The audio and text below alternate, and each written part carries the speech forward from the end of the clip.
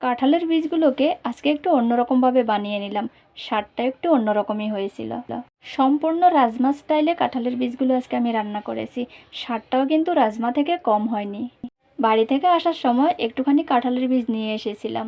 বেশি তো আনা যায় না ফ্লাইটে করে, তাই একটুখানি এনেছিলাম। জাস্ট দুদিনের মতো খেয়েছিলাম একটু একটু করে। আর এখানে তো এই জিনিসগুলো আমার জন্য মানে অনেক কিছু, একদম দুর্লভ জিনিস।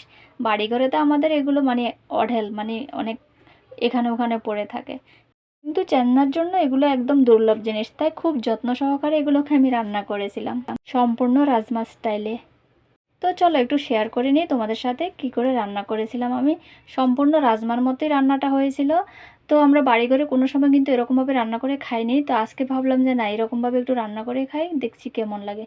না, খুবই ভালো লেগেছে, কিন্তু একদম রাজমাকেও মানে পিছে ছাড়িয়ে দিয়েছে, এত স্বাদ হয়েছিল। তো প্রথমে আমি কাঁঠালের বীজগুলোকে প্রেসার কুকারে একটু বয়েল করে নিলাম। জাস্ট 2টো সিটি দিয়েছিলাম, তার থেকে বেশি দিলে কিন্তু এগুলো একদম গলে যাবে। তাই 2টো সিটি দেওয়ার পরে আমি গ্যাসটা বন্ধ করে দিয়েছিলাম।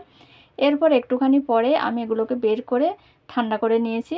তো দেখো কত সুন্দর করে ছিলতে পারছি আমি, দেখো একদম খুব নরম হয়ে গেছে। দেখতে দেখা যাচ্ছে কিন্তু শক্ত, কিন্তু না, একদম নরম হয়ে গেছে। আর চামড়াগুলো কিন্তু অনায়াসে ছোলা যাচ্ছে, দেখো তোমরা। তো তোমরাও কিন্তু এভাবে কাঁঠালের বীজ সেদ্ধ করে এরকম ছুলে কিন্তু তোমরা রান্না করতে পারো। তোমরা যেভাবেই রান্না করো না কেন, এভাবে ছুলে কিন্তু রান্না করতে পারো, খুব সহজে কিন্তু ছোলা যাচ্ছে, দেখো তোমরা। তা আমি সবগুলোকে ছাড়িয়ে নিলাম। একটু তো সময় লাগবে, ভালো কিছু খেতে হলে আমাদেরকে তো একটু সময় নিয়ে বানাতে হবে, তাই না? তা আমি সকালবেলায় করেছিলাম, আর ডিউটি যাওয়ার জন্য কিন্তু অনেকটা তাড়াহুড়ো থাকে আমার সব সময়। তাই সব সময় এত ইয়ে করে রান্না করি না, তাড়াহুড়ো করে করছি কাজটা। তো চলো, এবার সবগুলো ছোলা হয়ে গেছে আমার। এবার এগুলোকে আমি প্রথমে একটু তেল দিয়ে ফ্রাই করে নেব। এগুলো একটু তেল দিয়ে যখন আমি ভালো করে ফ্রাই করে নেব না, তাহলে একটু স্বাদটা একটু অন্যরকম আসবে। এদিকে আমি পেঁয়াজ কুচি করে নিলাম, 2টো টমেটো কুচি নিলাম, একটু কাঁচা লঙ্কা কুচি করে নিলাম। তো আমি এখানে একটু লবণ আর একটু হলুদ দিয়ে জাস্ট এগুলোকে ভালো করে ফ্রাই করব, একদম ডিপ ফ্রাই করব। পুরো একদম মানে লাল লাল হয়ে যাবে ফ্রাই করতে করতে, তখন আমি নামাবো। ঠিক আছে, তো ভালো করে ভাজি করছি আমি। দেখো তোমরা, একদম ফিটগুলো আমি লাল লাল করে নিয়ে নিয়েছি, দেখো।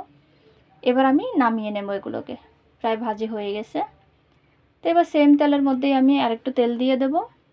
এবার আমি পেঁয়াজ কুচোগুলো ফ্রাই করে নেব। আর ওদিকে আমি টমেটো আর কাঁচা লঙ্কাটা আমি পেস্ট করে নেব, আর সাথে একটু আদা আদা আর রসুন দিয়ে দেব আমি পেস্ট করার জন্য।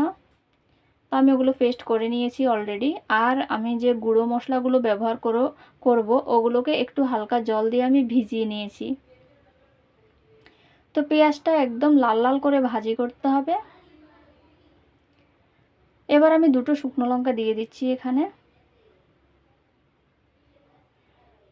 তো এবার এগুলোকে একটু হালকা করে ভাজি করে নিতে হবে। চলো, এবার পেঁয়াজটা ভালো করে লাল লাল করে ফ্রাই করার পরে এবার আমি এগুলোর মধ্যেই মশলা, সব ধরনের মশলাগুলো আমি দিয়ে দেব।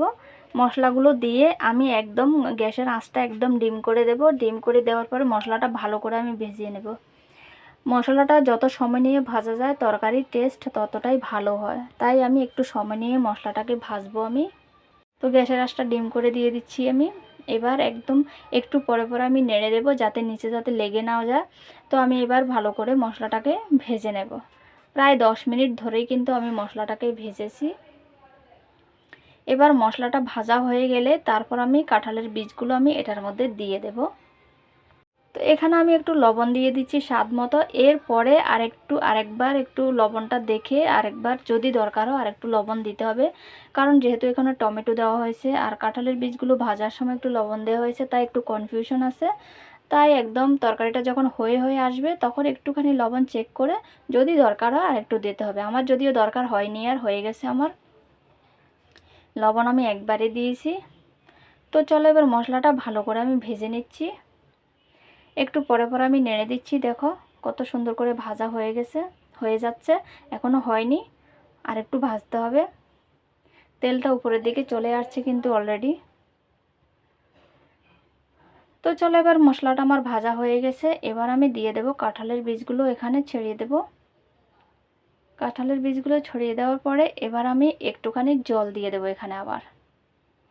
একটুখানি জল দিয়ে এবার এটাকে আবারও গ্যাসের ডিম আছে আবারও জাস্ট 2 মিনিটের মতো আমি এটাকে আবার ভেজে নেব, কাঁঠালের বীজগুলো যাতে ভেঙে না যায়। তোমরা চাইলে ভেঙে দিতে পারো, কিন্তু আমার কাছে এটা একটু মানে অন্যরকম লাগছিল, আমি একটু অন্যভাবেই বানিয়েছি।